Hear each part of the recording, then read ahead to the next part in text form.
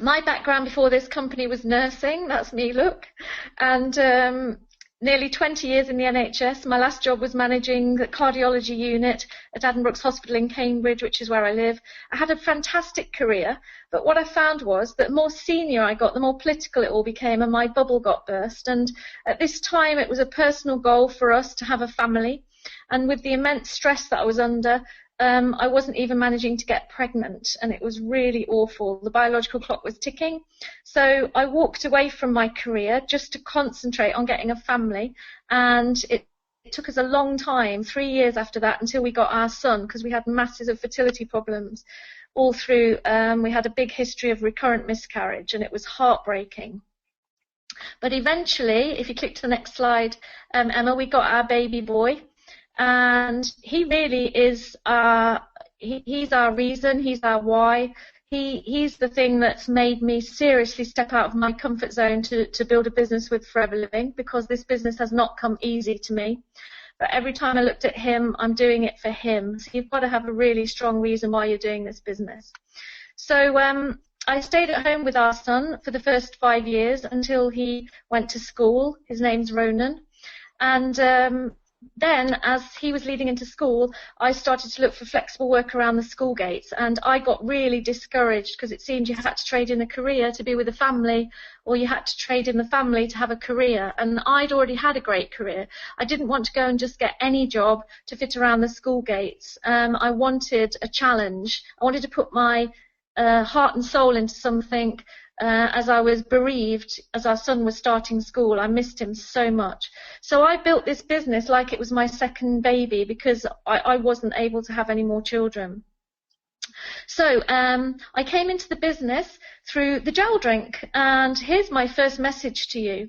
I was really ill for 6 months with a low immune problem. And my friend Debbie recommended this drink to me. She was a beauty therapist, and she was waxing my legs.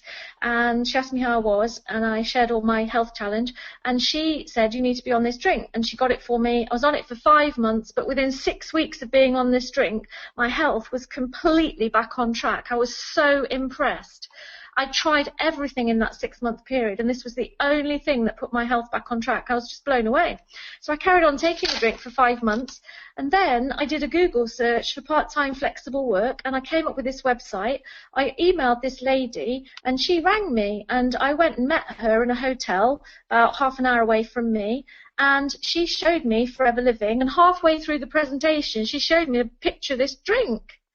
And I'm like, wow!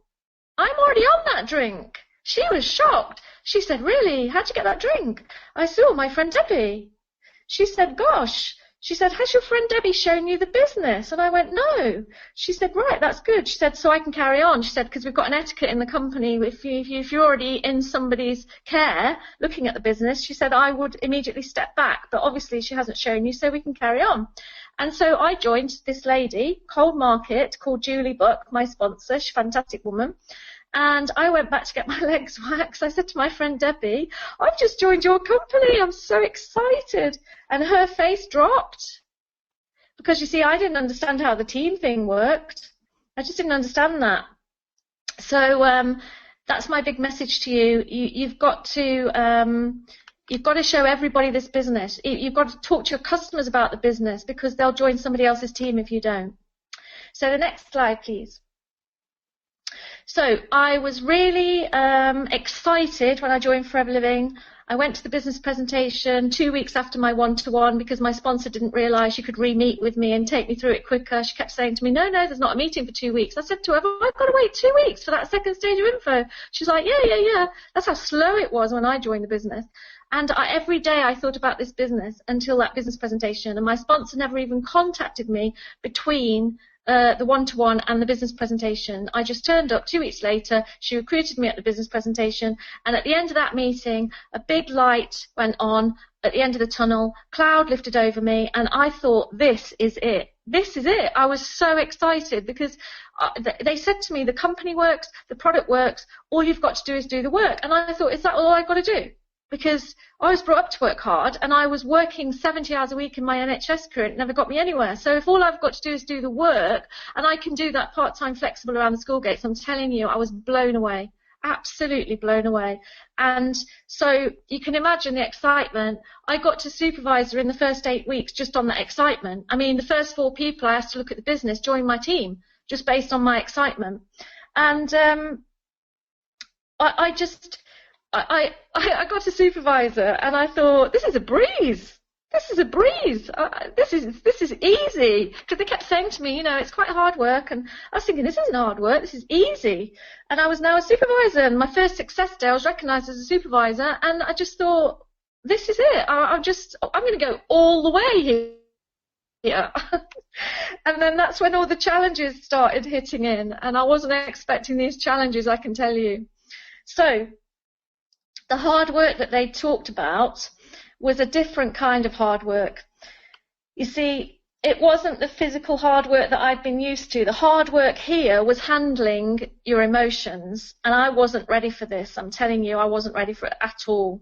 So I started to see that the test of success in Forever was all about how we rose to the challenges or whether we fell at the first hurdle. Now, I'm not somebody that falls at the first hurdle. I'm like a dog at a bone. So, you know, you can't fall at the first hurdle. You know, I found this business, after the first 4 people I spoke to, I went into a freeze mode where I just couldn't physically speak to anybody else about the business. So the hard work in this business is about surviving the roller coaster. And the hard work in this business is a test of your strength. It's a relentless test of your strength. And those that become strong through this process build successful businesses. And that is what I just didn't get in month 3 of my business when I was excited that I'd got to supervisor. I'm a very literal person. So they said to me, you need 5 key people. And I'd recruited 4 in my first 2 months and thought, brilliant, I only need 1 more. I mean, really, that's how stupid I was. I didn't understand that those 4 people weren't necessarily going to be the people that move us forward or move themselves forward. So my first challenge was coping with rejection. I prejudged everyone. I seriously worried about what everybody would think, what they would say, whether they would say no to me. And, of course, loads of them did say no. Also, some of them said no less kindly with their big opinions. And I started to get bogged down with their opinions. And then I kept going to the trainings, and they said you can't afford to get bogged down by other people's opinions. So I decided to stop listening to the people around me because, quite frankly, they were all broke. You know, if their opinions were correct, then why weren't they stinking rich? And I'm not being funny, but there wasn't anybody around me that was stinking rich. Even my husband Dan was really anxious about this business. You know, he said that the phone bill had gone up, the petrol bill was rising, he couldn't see the big income coming in. And I said to him, the big income is a 3 to 5 year plan. And I just asked him to back off. And I said to him, have you found a way to step off the treadmill then? And he says, no. I said, okay, you're going to trust me then. So step back and let me get on with it. And thankfully he did. And I earn more than my husband now. So if I'd have listened to him, then we wouldn't have got anywhere. You can't even afford to listen to your partner. You just have to ask them to step away and trust you. And then prove to them that you can make this business work. Don't ask them to step away, trust you, and then you sit down watching telly every night. You know, if you say to them, step back, trust me, now you've got to make this work. You've got to prove to them that you're going to do the work. So another challenge for me was my unwillingness to accept responsibility that this was my business. So I'd come from a heavily protected public service background. I wasn't used to taking all the hits. And I was used to blaming people in the NHS. Everybody blames everybody in the NHS. And in the NHS, you can get away with that. But in this business, you can't, because the only person that you can blame is yourself. But in the first few months of my business, in Forever, I blamed my team, I blamed my upline, I blamed the head office staff, I blamed the area development directors. I just blamed anybody that was in vision of me because I didn't have a great attitude towards taking the hits myself. So when things went wrong, I didn't realise that actually I was the problem. I didn't realise that it was my own small thinking, my own poor attitude, my own inability to take responsibility that was holding me back. I thought everybody else around me was the problem. And I learned that I had to accept that maybe I played a part in why this was going wrong or why my business wasn't growing. So I had to start looking at what I could do differently. And that was hard. That's looking in the mirror, you know. It's not easy. Self-criticism. I got stuck at supervisor for months because of all of these problems. So another challenge for me was lack of consistency with income-producing activity. Now, there's only two things that we have to be doing in this business. We're either showing the products or we're showing the business.